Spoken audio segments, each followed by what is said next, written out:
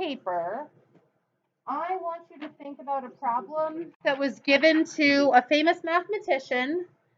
I believe it was Gauss. Remember that we heard about him when we were talking about E and where E came from, and he came up with a lot of different things. I believe the story was about him as a child in elementary school, so say 3rd or 4th grade. He had a substitute teacher that just wanted to keep the kids busy for a while. There were no calculators back then. And he told the students in the class to add together the integers from 1 to 100, right? And that was without using a calculator. So the substitute anticipated that this would take a very long time for 3rd and 4th graders to be able to do, right? Adding 1 plus 2 plus 3 plus 4 all the way up to 100. He figured it out in the matter of a couple minutes and brought the answer up and was right. So is there a way to add up the numbers? This is a sequence, right? It's a pattern. You're going up by 1 every time. It's arithmetic. Is there a way to add up all those numbers quickly and efficiently?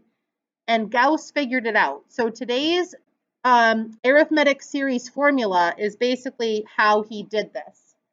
So I'm going to show you that formula in a minute, but maybe you can think about if there would be an efficient way to add up the numbers from 1 to 100, or how you think he did it.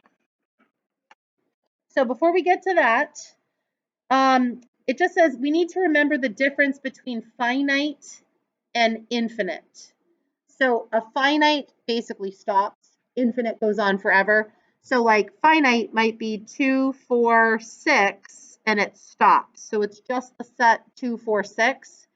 Infinite would be 2, 4, 6, ... showing that it goes on forever without stopping. The reason that's important to distinguish, you can only add up a finite sequence for arithmetic.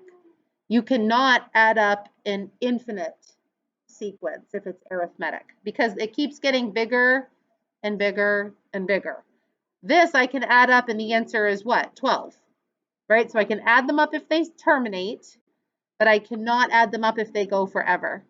So this says this is arithmetic series. All it is the sum of consecutive terms in an arithmetic sequence.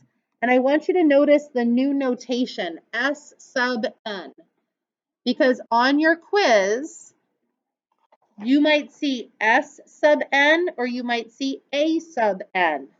So if your formula says like A sub n equals 2 plus 5 n minus 1, and they want you to generate A sub 6 and S sub 6, those are different questions. This says generate the 6th term and just plug in 6. But S sub 6 means generate terms 1, 2, 3, 4, 5, and 6, and then add them together. So this is really important, what letter, right, comes first. This says generate the 6th term, and this says generate the sum, S for sum, of the first 6 terms. So you have to know which one you're talking about. And then it says A sub 1 is the first term, S sub n tells you how many terms, like S sub 6, you would need 6 terms. So it says, let's given this sequence, the sum of the first terms, like for 6 terms, would be 1 plus 4 plus 7 plus 10 plus 13 plus 16 is 51. But if I said just A sub 6 is just the number 16. And it says, notice the series below looks like an arithmetic sequence with one difference. The only difference is the plus signs. Right? So that's the only difference. I could write 2, 5, 8, 11, and then I'm talking about sequences. So that's why we needed to know all those formulas and know what a sequence was, because this week, all we're doing is just adding together instead of putting commas and listing. All right, so here is how Gauss did it. And I'm going to show you this example for adding these 10 numbers in a second. He numbered on his paper 1 through 50, turned the corner, and then renumbered the other ones backwards because he noticed something. When he paired together the first and the last term and then paired together like the second and the second to last and the third to last, what do each of those pairs of numbers add up to? They all add up to 101. How many times will you have 101? 50. So all he had to do was pair up the first with the last, and he realized when he kept pairing, they all added up to 101, and he realized he would have 50 pairs. So he figured that out. Think about his brain. He figured that out as a child, how to efficiently add together numbers. My brain wouldn't work that way. I'd be like, okay, I have to add one and then two more and then three more. Like I'd be adding all day. So I don't have the mathematician brain, but you can do it for any arithmetic sequence. So this one, they're doing 2, 5, 8, 11. They're going up by 3. If you wanted the 10th partial sum, or S sub 10, if you just pair them up, what does each of the pairs add up to in this series? 31. If it's the 10th partial sum, or you're adding together 10 terms, you have 5 pairs. So they just did 5 times 31 and got 155. So this is the special formula. I don't think of it as a formula. I just think of it using Gauss's example. He lined them up. He used his first plus his last term. This should actually say a sub 1, right? You take your first term, add your last term, and multiply by the number of pairs. So it's really your pairs times your first plus your last term. N divided by 2 is going to be your number of pairs, right? 10 terms, 10 divided by 2 is 5 pairs, or 100 divided by 2 is 50 pairs. And then a sub 1, first term plus last term, so first plus last. So if we were going to do that first example, and we were going to actually add up 1 to 100, it would be 50 pairs times 101, which I think is 50-50, right? Yeah, 5050. Because if you multiply it by 100, it would just be 5,000, and then you have 1 times 50. So 5,050. All right, so how would I do 1 to 39? There are 20 odd integers, so that's going to help you figure out the number of pairs. How many pairs would there be? 10. And what's the sum of the first plus the last? 40. So this was an easier example because they showed you what the first term was and what the last term was. Down below in example 4, you need to use last week's formula to figure out the last term, right? They're giving you the beginning, but not the end. So this one was easy because they gave you the 1 and the 39. So the answer to that would just be 400. All right, something that's tricky on example 3, I don't know how many positive integers there are from 205 to 300, right? Here they said there are 20 of them. It doesn't say how many there are, and this can be a little bit tricky. Let's just think of the numbers from 15 up to 20. How many numbers are there from 15 to 20? There's 15, 16, 17, 18, 19, and 20. How many numbers are there? There's actually 6. In your brain, doesn't 15 to 20 kind of feel like 5? Right? So I just wanted to show you that if you're taking the first and the last, just subtract them, but always add 1. Because if you subtract them, it doesn't take into account like one of those end points. So if from 15 to 20, there are 6 terms, you could take 20 minus 15 and add 1. So in example 3, how many terms would there be? I could take 300, subtract 205, but I have to add 1, right? So there'd be 96 terms. That tends to be a little bit tricky because you don't want to have to list out all the terms. So that's kind of a trick to figure out the number of terms. And if there's an odd number of terms, like let's just say there had been 95, that's okay. You still take the number of terms and divide by 2. It's okay to have half of a term. The formula still works for like if you just added up 1 through 5. you have a half of a term. So you would have what, 48? 48 times, what's the sum of the first plus the last? 505, right? That one you probably need a calculator for anyway, but at least it would be a one-step operation. What's 48 times 505? It would be 24,240. 240. All right, I am going to give you the challenge of example 4 for a minute here. The 150th partial sum means S sub 150. So you know there's 150 terms, so you could figure out your number of pairs, but you have to generate what the 150th number is in this list. So you can use your closed formula, write your closed formula, plug in 150, that'll tell you your ending 150th term. And then use your number of terms, 150, to figure out your number of pairs. See how it gets more complicated, right? So to me, it's kind of an easy idea to line up your terms. So now you're doing it in practice on example 4. We don't have to use a spreadsheet anymore, right? We're adding up together the terms in the pattern without needing a spreadsheet. Did you have a question? All right, did you do it? You have 75 pairs, right? My first term is 5. I need to generate my last term.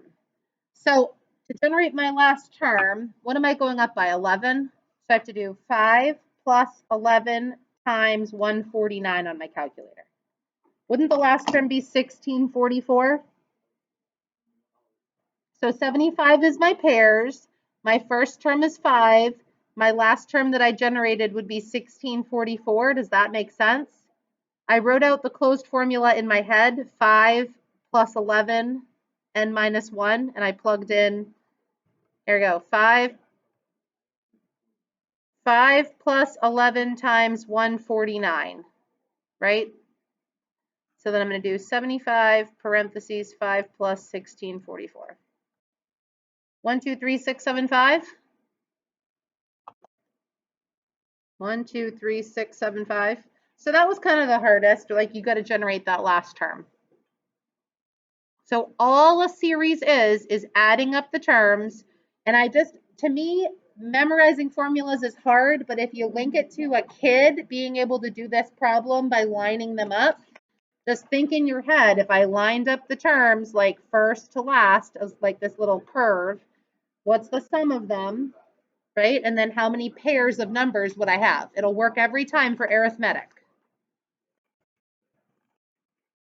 All right, so I want to show you this cool sigma notation, because if you can use a calculator, I want you to be able to do it both ways, but if you can use a calculator, it will do it for you as well. So this is on your calculator, but you need to understand how to input information. So down here, it tells you the first term and the last term. So if I want to go from 1 to 6, I put 1 and then I put 6 on the top. And then here is where you're going to type in your closed formula. So it says, let's express example 1 using sigma notation. So sum of the first positive integers. So using sigma notation, I don't have a lot of room here. It would be the sum for x goes from 1 to 100, right? I'm starting at 1, I'm ending at term 100, and my formula would be 1 plus 1 times x minus 1. I'm using x instead of n because your calculator is going to say x. If you change your calculator to sequence mode, I don't really know why you would, but then it'll show up as n. Like if I show you under mode, see how there is a function mode, but there's a SEQ sequence mode. If you change it to sequence mode, every variable will show up as an n. I just leave it in function mode. If you find the sigma button, it's under the math, and it's called zero summation sigma. That's going to be your new friend this unit. See, you're learning how to use all these buttons under the math key, right? right? Log base was down there, summation. All right, so then do you see how you have to fill in these 4 boxes? So you're going to fill in the variable first. So I use the X button, which is right here, but see how there's an N listed there? If it was in function or sequence mode, N would show up. So I type X, and then it'll bump you over to the next box. You want to start at 1, and then arrow to the right, it'll bump you up to this box, 100. So you want to go from 1 to 100. And then do you see these parentheses? Those are the sigma parentheses. If you want to add parentheses, you have to add your own. You want to put your whole function inside these parentheses. Anything that you put out here is not going to be part of this summation. So all the information needs to go in the parentheses. So we're going to do 1 plus 1 parentheses x minus 1 close parentheses. All of my stuff is inside their parentheses. And when you hit enter, you should get it to get you the 50-50 that we know that the answer is. There's a lot that you have to be smarter than the calculator, though. You have to know how to enter it correctly and how to write your own sequence correctly to be able to use this tool. So it's a powerful tool. Like, remember at the beginning, it said that this is more accessible to high school students now that they have the technology to do it, right? Gauss didn't have a calculator that was going to add together all the terms for him, but you guys have this at your fingertips. That's why this is almost easier than doing spreadsheets now on Google, Google Docs or whatever, Google Sheets. All right, so let's do the next one together. Now let's do it number 2 using sigma notation, 1 to 39. All right, so 39 is not where we're ending.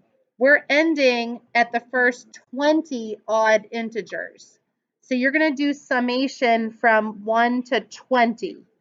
This represents term number 20. And then you're going to do the 1 plus 2 times x minus 1, like that. Right? I'm starting at 1 and I'm adding 2 n minus 1 times. So 1 to 20 represents that you're adding together 20 terms. I don't see the number 39 in here at all, right? You use 39 when you're doing the formula, but I don't see 39. So it's under the math key, summation, x goes from 1 to 20 of 1 plus 2 times n minus 1, close parentheses. Should give you the 400 that we already had. So make sure you know how to type it into the calculator, because students sometimes have a lot of trouble getting the calculator notation correct. It takes practice. If you have questions like this on your homework and you don't have the graphing calculator, you can use the formula, right? The number of pairs times the first plus the last. So you got 2 different ways to do the same problem. All right, so then there's 2 applications, and then the next page has you practice a little bit with this sigma notation. So this one just says in a golf tournament, you've got 16 golfers win cash prizes. First place gets 1,000, then 950, then 900. So use the formula. I don't care which way you do it. If you want to try it both ways, this says first use the formula to find the total amount of prize money, and then use sigma notation, right? If I go to the bank, how much cash do I need for these cash prizes? So you're adding together the 16 prizes that start at 1,000 and they go down by 50 each time. And then the next one says, a small business sells 10,000 worth of skincare products in its first year, and its goal is to increase annual sales by 7,500 for the next 9 years. Find the total sales done over those 10 years. So use whichever method you want. See if you can answer those 2 application problems either with the formula. You could add up the numbers on your calculator or use the sigma notation. All right, so use it sigma notation, right? So the sum, how many terms are we doing? There's 16 cash prizes, right? So 1 to 16. And how do I write my formula? My first term is 1,000, and I'm what, going down by 50 every single time? So minus 50x minus 1. So if you type that into your calculator, you'll get the answer. Oh, you were? Oh, okay.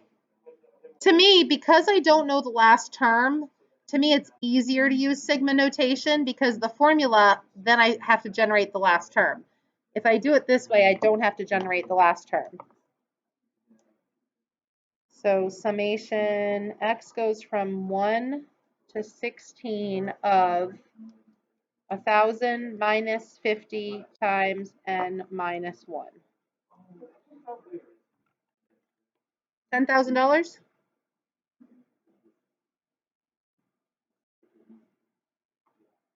What came out weird? Maybe I'll see what yours. 1,000 minus 50 times 15 was, yeah, 250. So if you do 8 times 1250, you also get $10,000. So this method is good to do maybe if you don't have the special summation key. You still have to do a little bit of math. You still need to know how to generate that last term. Here, to me, this is pretty straightforward when you don't know the last term. It's calculating, it's plugging in 1, it's plugging in 2, it's plugging in 3, and then the summation means add them all together. Are you still trying number 8? So you're changeably, but it'll show up as X on your calculator. N goes from 1 to 10.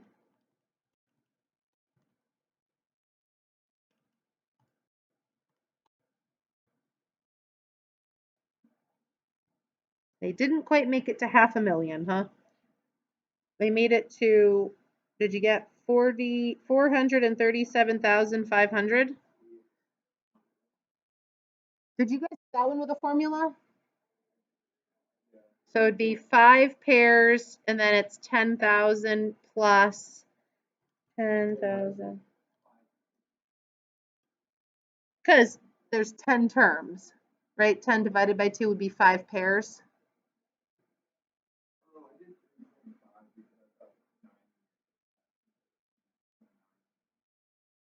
It says during the first 10 years, though. So yeah, it only goes up each year for 9 years, but you have to add in year 1 as well. I think the last term was 77,500. So you have to do 5 times 10,000 plus 77,500, 43, yeah. So either way, you pick your, pick your method, but I like using the sigma on the calculator because I don't like this annoyance. Like, to me, that's annoying that I have to generate that term. If they give it to me, then I'll use it. Because sometimes it's easier to say the first plus the last, but if I have to generate that term, I get annoyed. So I like this one because I don't have to generate the last term. All right, so the last thing, if you could just take a minute, this literally is not asking you to add anything up in number 1, 2, or 3. They just want to add, they're just asking what terms do you need? So in this case, you need 1 to 5, right? Start at term 1, go to term 5. Number 2, what terms do you need? 4 up to 11. So you can actually start at term 4 if you want to and ignore terms 1, 2, and 3. Whatever you put at the bottom tells the calculator, I want to start at term 4. And then this one, they wanted you to do an infinite, right? So 1 to infinity, I cannot do this for arithmetic, but tomorrow we're going to find out that you could actually do this for a geometric sequence, series. But right now we can't add all those together if we were supposed to. And then this just says, identify the type of sequence and what terms you should add together. So like number 4, do you think that's arithmetic or geometric? Arithmetic because of the plus, right? You're adding 4 n minus 1 times. Arithmetic is the one we did today. Okay, 5 is geometric. Geometric, and you're going 1 to 12. 4 was arithmetic, and you're going 1 to 8. Number 6 is kind of tricky. You think 6 is arithmetic or geometric? If you don't know, you could generate like the first 3 terms and see what's happening. Does it have an arithmetic or a geometric pattern? So if you plug in 1, you get 2, right? 9 minus 7. If you plug in 2, 18 minus 7 is 11. If you plug in 3, 27 minus 7 is 20. They're going up by 9 every time, right? So this is arithmetic, 1 to 109. All right, you do 7 and 8. Try to use one of the methods. Don't just go this plus this plus this plus this on your calculator. It's tempting because there's only what, like 9 or 10 terms. See if you can actually write it out using the formula, right? Because you could pair together the first and the last term, or do it using the sigma key on your calculator as your last 2 things today. Finish this recording. Did you guys get 288 and 748? Does that sound right?